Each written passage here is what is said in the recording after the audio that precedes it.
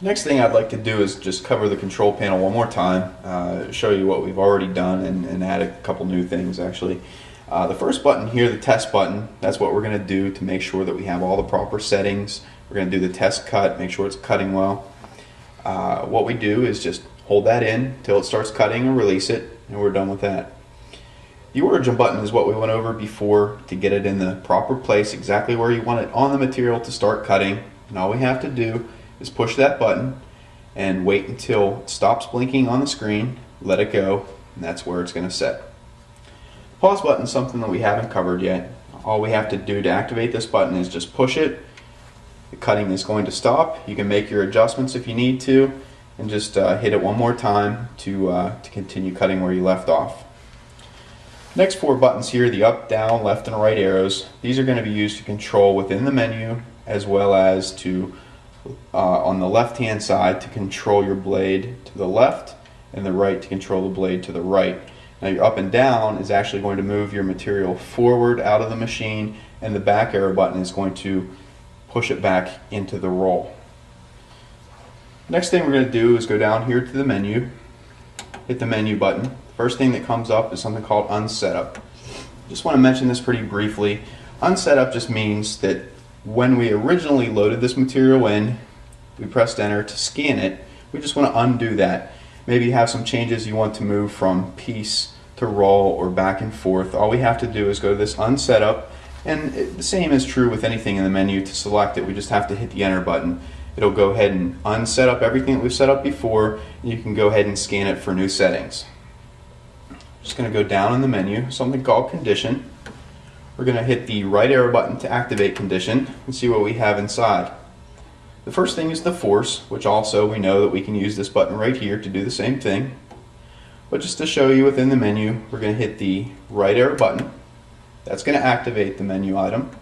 We're going to hit the up button or the down button to lower the force. Now if we want to save this, all we have to do is press enter. In this case I'm not going to. I'm just going to go back to the left, see what else is in here. Next thing that comes up is your speed. Now the speed is just how fast from left to right the blade is actually going to be cutting on your roll. For different scenarios you may need to adjust this. All we have to do is go ahead and hit the right arrow button. That activates it. Then we're going to hit the up or the down to see whatever we want it to do. If we need to raise or lower the speed, and hit enter. Just going to go back out of here, down one more time. Last thing that I really like to mention in the menu here is the offset. The purpose of this is sometimes we need to change from 45 to 60 degree blade depending on the material. Now with changing the blade we also need to adjust the offset. The process here is the same. To change the offset, just hit the right menu. We have up and down to adjust that, and then we'll go ahead and press enter if we need to save the setting. At this point I'm just going to hit the menu to get out of here. All those are the basic functions that we wanted to tell you about.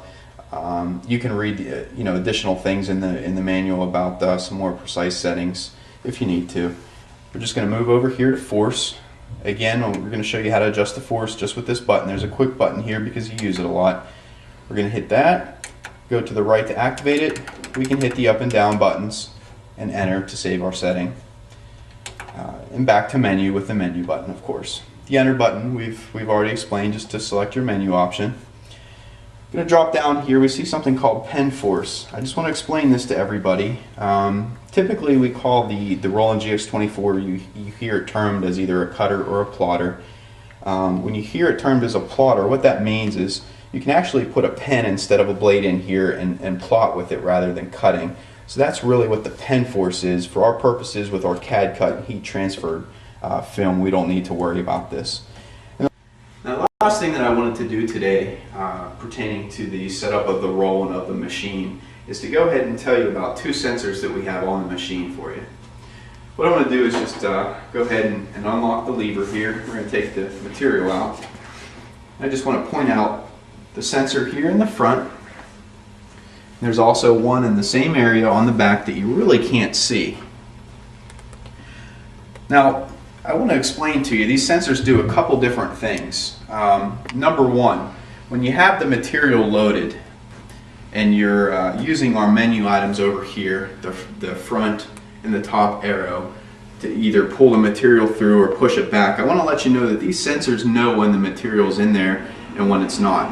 A couple reasons you need to know that. Number one, you know that by hitting your arrow buttons, you're never going to force the roll of material out. It's always going to hold it in there, number one.